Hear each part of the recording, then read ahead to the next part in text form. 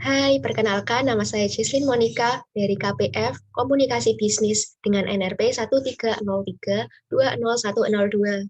Jadi di sini saya akan mengajak kalian untuk melindungi diri dan keluarga melalui program vaksinasi COVID-19 yang diselenggarakan oleh pemerintah.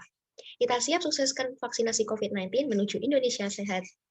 Di sini saya memiliki 3 poin pembahasan, yaitu kita akan membahas seputar COVID-19, membahas secara singkat. Lalu kita ke inti pembahasan, yaitu vaksinasi, dan yang terakhir saya akan mengulasnya kembali. Kita mulai dari yang COVID-19.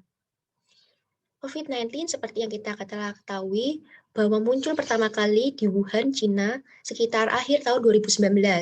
Lalu ada di Indonesia sendiri, yaitu sekitar pertengahan bulan Maret 2020.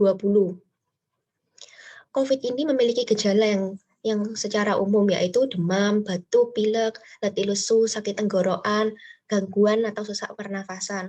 Bisa juga orang tanpa gejala atau yang kita kenal dengan OTG. Lalu cara pencegahannya kita bisa melakukan cuci tangan, menggunakan masker, menjaga jarak, dan mematuhi sesuai dengan protokol kesehatan. Untuk penularannya bisa melalui droplets atau air liur, lalu kontak pribadi dengan orang yang terkena COVID, atau menyentuh permukaan barang yang ada virus COVID-nya. Lalu kita ke inti pembahasan. Di sini saya menyediakan 5 poin pembahasan mengenai vaksin. Apa aja itu? Kita akan memulainya dari yang pertama.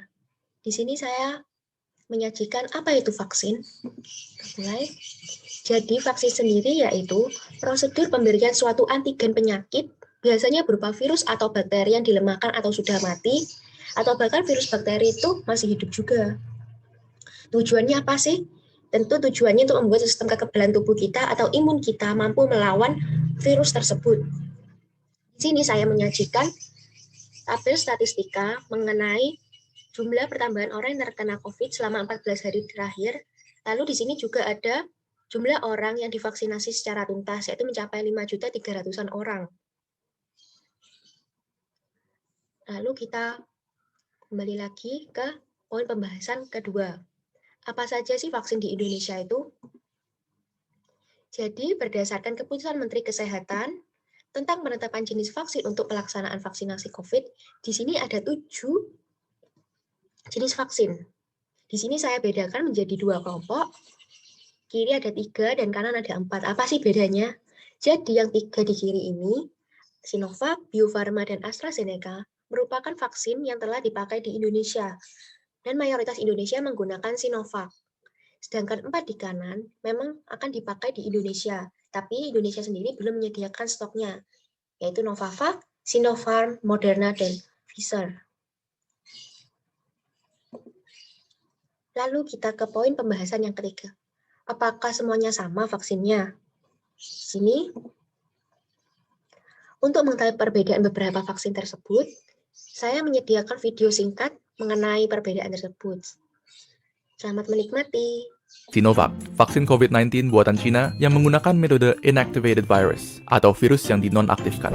Metode ini menggunakan virus COVID-19 yang sudah dibunuh yang kemudian dimasukkan ke dalam tubuh manusia. Walaupun nonaktif dan tidak dapat menyebar, sistem imun tetap akan menanggapinya dan mempelajari cara melawannya. Namun, respon dari sistem imun mungkin saja tidak seampuh jika melawan virus yang masih hidup. Oleh karena itu, tipe vaksin seperti ini memerlukan beberapa dosis supaya efektif.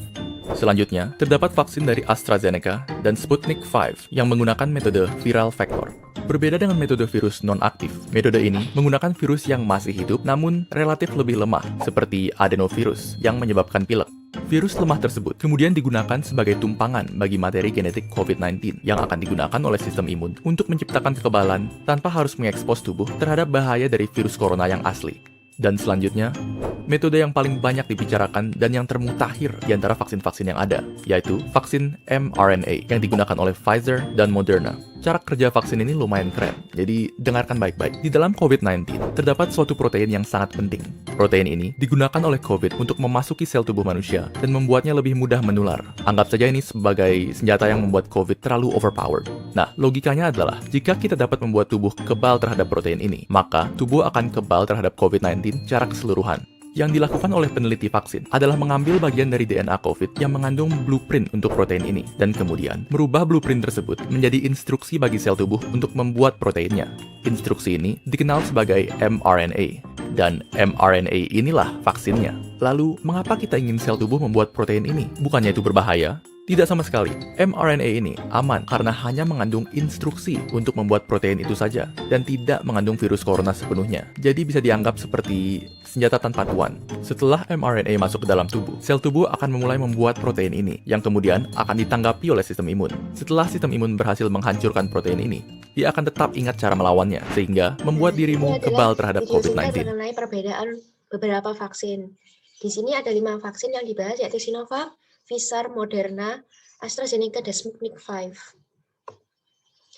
Sinovac menggunakan inactivated virus, lalu AstraZeneca dan Sputnik menggunakan viral vector, lalu Pfizer dan Moderna menggunakan mRNA. Jadi di sini itu meskipun vaksinnya berbeda-beda, namun mereka semua sama-sama memiliki tujuan yang sama, yaitu untuk menciptakan imun untuk bisa melawan virus tersebut.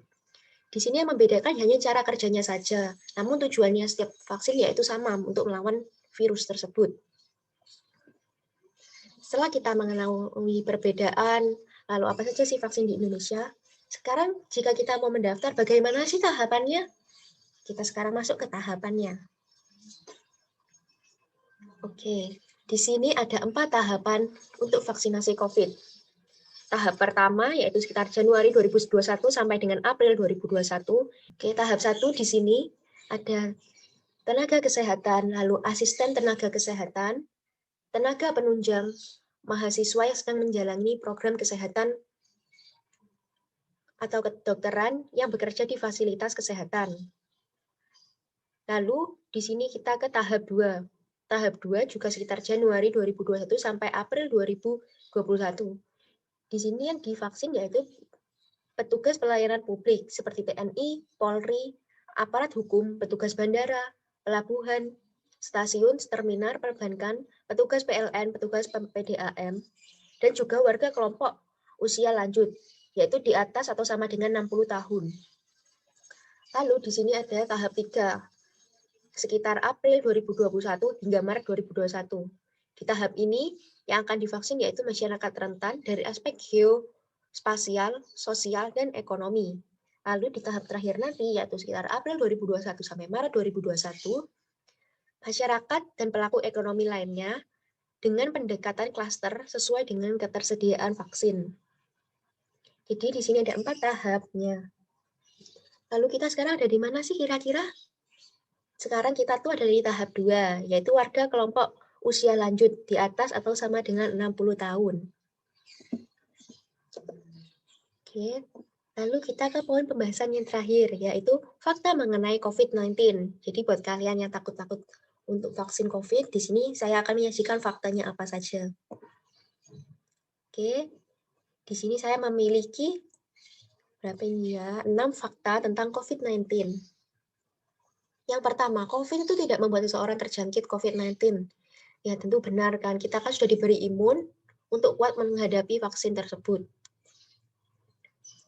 Lalu yang kedua, melindungi tubuh kita dari infeksi COVID-19. Setelah kita divaksin, kita tentunya memiliki sistem imunitas yang lebih kuat untuk melawan virus tersebut. Tidak akan mengubah DNA seseorang kok. Kan yang membuat vaksin itu kan untuk imun kita, bukan untuk mempengaruhi darah kita, jadi aman pastinya. Lalu, orang yang tertular dan sembuh dari COVID perlu divaksinasi. Ya, orang yang setelah tertular dan telah terjangkit virus juga tentunya harus divaksin lagi, supaya dia memiliki sistem kekebalan tubuh lagi dan siap untuk beraktivitas. Lalu, vaksin COVID-19 aman dan halal digunakan. Tentu, vaksin itu kan dipakai untuk semua orang. Jadinya, vaksin itu tentunya harus aman dan halal, bisa digunakan oleh semua kalangan umur. Dan yang terakhir, gratis dan wajib untuk seluruh masyarakat Indonesia. Pastinya dong, pemerintah telah memberikan fasilitas COVID-19 ini secara gratis bagi semua orang. Kita tinggal menunggu giliran kita saja. Untuk itu, mari kita vaksin COVID-19 demi kesehatan diri sendiri dan orang-orang yang kita sayangi. Terima kasih, salam sehat untuk kita semua.